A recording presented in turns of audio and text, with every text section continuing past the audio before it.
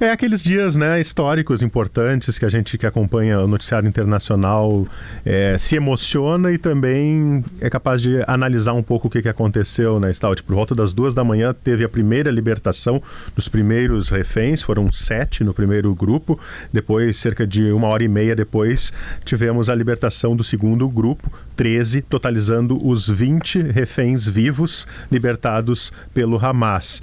Tem os 28 corpos a serem entregues. O Hamas prometeu entregar 4 hoje, o que é um número bastante reduzido e já é visto por Israel como, de alguma forma, o Hamas violando, de alguma forma, o cessar-fogo. E depois nós tivemos o presidente dos Estados Unidos, Donald Trump, chegando a Israel, desembarcando no aeroporto Ben Gurion, indo junto com o primeiro-ministro de Israel, Benjamin Netanyahu, para a Knesset, o parlamento de Israel. Os dois discursaram, os dois capitalizaram, tiraram proveito deste momento simbolicamente como um ganho político. Méritos do Trump, sim, méritos do Trump de ter conseguido este cessar-fogo. E na sequência o Trump se encontrou com parentes dos reféns. Na sequência ainda voou para Sharm el-Sheikh, no balneário egípcio, onde há pouco então assinou este acordo de cessar-fogo. E aí eu trago o primeiro ponto só para a gente refletir, porque tem muitas dúvidas ainda, é tudo muito frágil, mas o primeiro ponto é um acordo de cessar-fogo assinado entre Trump, os países árabes, com a ausência dos principais atores deste cessar-fogo. Nem representantes do Hamas estavam lá e nem o primeiro-ministro Netanyahu. O site do portal Haaretz acaba de divulgar há 3 minutos. 4 caixões de reféns chegam a Israel para serem enviados para a identificação forense. Essa identificação que vai ser não tão simples. O próprio Centro de Médicos Forenses de Israel fala que pode levar alguns dias, né? E eu também questiono essa questão de libertarem só 4 corpos, liberarem 4 corpos.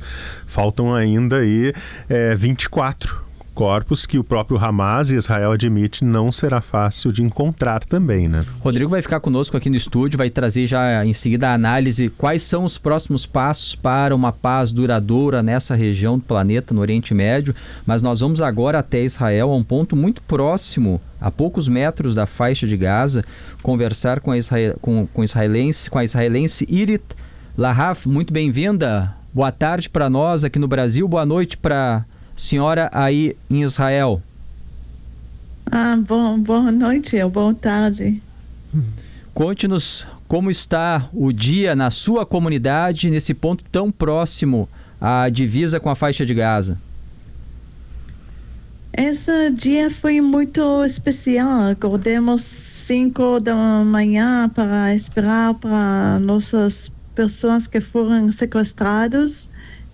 Temos para eles quando vimos eles passando no carro próximo de nós, que temos para eles bem-vindo e muito, muito, muito feliz, mas na mesma hora pensamos sobre as pessoas que foram assassinadas e os corpos não foram libertados e estamos preocupados ainda. Eu chorei. Eu acho que muitos de nós choramos e ficamos felizes no mesmo tempo, porque isso tudo aconteceu em 7 de outubro de 2023. Esse dia, lembramos tudo o que aconteceu naquele dia. O medo que foi quando os terroristas atacavam nosso kibbutz, nossa casa. Então, senhora... o medo e a preocupação foi junto com felicidade. A senhora, pelo que eu li, a senhora ficou trancada com a sua filha, né? Numa espécie de bunker. Não sei se a senhora pode contar pra gente como é que foi esse dia 7 de outubro de 2023. 6h29 da manhã, escutamos alerta das bombas e temos 10 segundos para ir a quarto seguro, que é um quarto que é seguro de bombas. Foram lá. Near Oz, sim. É 1 quilômetro e 6 metros da faixa de Gaza. Muito perto. Muito perto, muito. E E temos em nosso kibbutz investiu 50,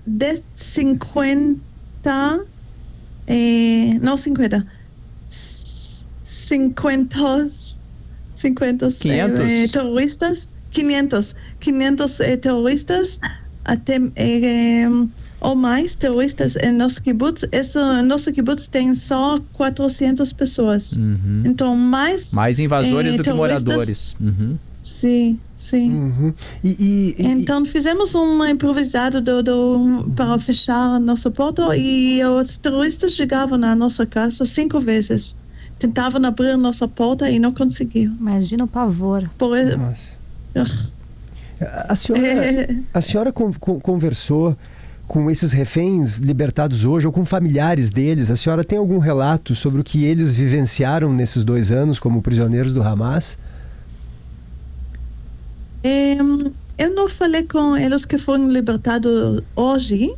Eu falei com pessoas que foram libertadas em fevereiro e também 1 ano atrás. Eles sofreram muito, até que os terroristas não deram comida para eles. Meu amigo Ofer Calderon, ele estava magro e ele perdeu 33 quilos. Nossa. Porque os terroristas não deram comida para ele. E sempre eles estavam no túnel, sempre escuro, sem luz, sem haver o sol, por 2 anos. Eu tenho esperança, porque quando alguns países entrou para esse acordo do paz, não só ceasefire, eu tenho esperança para a paz, eu tenho esperança. E tem alguns países, eles vai falar com Hamas para desarmar. Eu espero para eles ajudar. Eu não sei se isso vai ser, mas eu tenho esperança. Eu quero que isso vai ser. Todo mundo sofre aqui. Claro. Muito. Não queremos ficar com medo dias e anos. No seu kibbutz, como tem sido a retomada nestes últimos 2 anos? Vocês já conseguem, por exemplo, trabalhar normalmente, as atividades sociais, as escolas? Como tem sido a vida tão próximo à faixa de Gaza? Não, temos que sair de nosso kibbutz e ficamos quase 2 anos em uma cidade, 1 hora da nossa kibbutz, porque nosso kibbutz foi 60% das nossas casas foram destruídas. Os terroristas botavam fogos, destruídos, sim. 60. Então não podemos morar lá. Só 1 mês atrás, a nossa reconstrução, 10 ou 20 casas. Então só poucas pessoas puderam voltar. Eu faço parte deles. Só 15 pessoas voltaram a kibbutz. E o resto das pessoas, muito de nós tem muita dificuldade para continuar a vida normal. Perdemos nosso trabalho, nossa confiança, e muitas de nossas pessoas têm parentes que foram assassinados ou sequestrados. Então a maioria das pessoas não podiam trabalhar por meses e meses. Eu voltei a trabalhar 3 meses depois de 7 de outubro 2023, mas a maioria das pessoas, tem pessoas que não trabalham ainda, não conseguem, porque é um grande trauma. Então, não é fácil. Irit Lahav, muito obrigado pelo seu relato. Torcemos aí por um acordo de paz permanente para a região. Muito obrigado por nos atender. Espero por isso. Obrigada. Israelense, conversando aí num português bom, né, para não ser o idioma natural dela, mas trazendo uma visão do lado israelense, de quem viveu tudo ali nas proximidades, 1 quilômetro da faixa de Gaza, a vida que ainda não voltou ao normal naquele lado. O que se sabe, Rodrigo, sobre a situação hoje na faixa de Gaza? As pessoas nos perguntam muito sobre isso, mas nós temos limitações. No início da ação de Israel, há 2 anos, eu lembro aqui que nós ouvimos alguns brasileiros ou palestinos que viveram no Brasil, portanto falavam português, trazendo os relatos de lá. Mas o objetivo principal deles naquele momento, quando falavam conosco, era sair. E desde então as informações elas são muito limitadas, inclusive das agências internacionais que têm repórteres em todos os cantos do mundo, acabam fazendo a cobertura nas beiradas. Não se consegue ter acesso, né? Inclusive os grupos de associações de correspondentes internacionais em Israel pediram publicamente que o governo de Israel abrisse a fronteira de Gaza para que os jornalistas independentes de veículos de comunicação internacionais, as grandes agências e grandes emissoras pudessem entrar no terreno de Gaza para poder transmitir a verdade com transparência do que está acontecendo lá dentro, porque tudo que se sabe sempre é ou filtrado pelo Hamas ou com jornalistas locais que de alguma forma estão submetidos muitas vezes ao poder do grupo terrorista, né? Então realmente ao longo desses 2 anos a gente teve muita dificuldade, continua tendo, para saber exatamente o que aconteceu. A gente lembra no início do conflito, hospitais destruídos, que volta e meia tinha uma guerra de narrativas,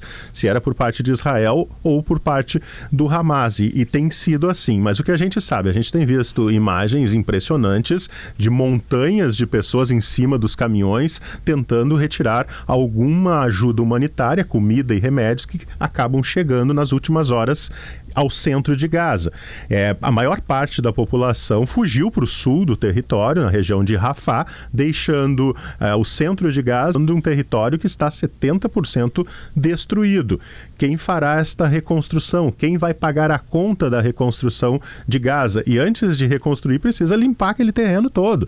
Então, as pessoas que estão voltando e que a gente vê nessas imagens dessa caminhada rumo às suas casas, ou ao que sobrou das suas casas, na verdade, pessoas que realmente viveram um drama humano colossal ao ir para o sul do país, ao ter fome, ao não conseguir sair do território, e agora tentam voltar para algum tipo de vida que possa ser um pouco mais próxima do normal, né? Mas é muito difícil, né? Então, de alguma forma, o Hamas já disse que o desarmamento não está em jogo. Então não vai se desarmar. Eu tenho uma dúvida, todos esses anos de conflito, então há chance sim de ter pessoas inocentes que é justamente o que muitos palestinos falam, né? Que tem pessoas que não são ligadas ao grupo terrorista e que estão lá presas por Israel.